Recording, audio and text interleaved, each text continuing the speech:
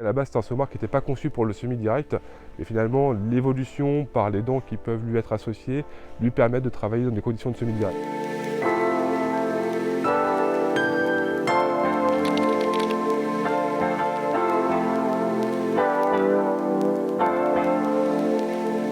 C'est un semoir qui fait 6 mètres de large, qui est équipé de 24 dents.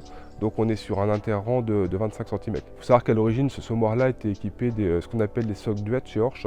Donc les socs Duet, c'est des socs qui vont brasser quand même pas mal de terre et qui nécessitent obligatoirement une préparation de sol préalable. Là où il y a une évolution considérable sur ces semoirs-là, c'est la possibilité aujourd'hui de leur associer des dents qui sont fabriquées par Metcalf.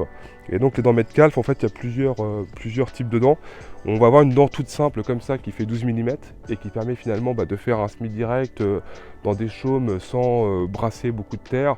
Donc moi, ça, c'est des dents que j'ai utilisées pour mes couverts végétaux d'été ou pour les colzas. Et en fait, il faut savoir qu'avec ce type de dents, au final, on aura vraiment un interrang de 25 cm, ce que j'estime pas pénalisant pour ce type de couverts, les couverts d'été, ou pour le colza, ou bien aussi pour la févrole. En revanche, pour les céréales que je semais à l'automne, j'utilise ce soc-là. En fait, c'est aussi donc une dent qui est fabriquée par Metcalf.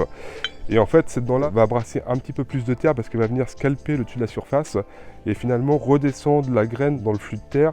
Donc là, on va avoir finalement un sillon de graines qui va être large d'environ 6 à 7 cm selon la vitesse d'avancement.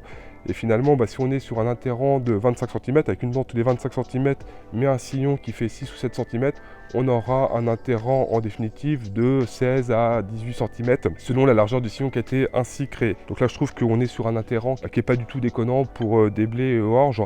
En tout cas, c'est vrai que l'utilisation de cette dent-là n'a pas entraîné de problématiques particulières en salissement ou en décrochage de rendement.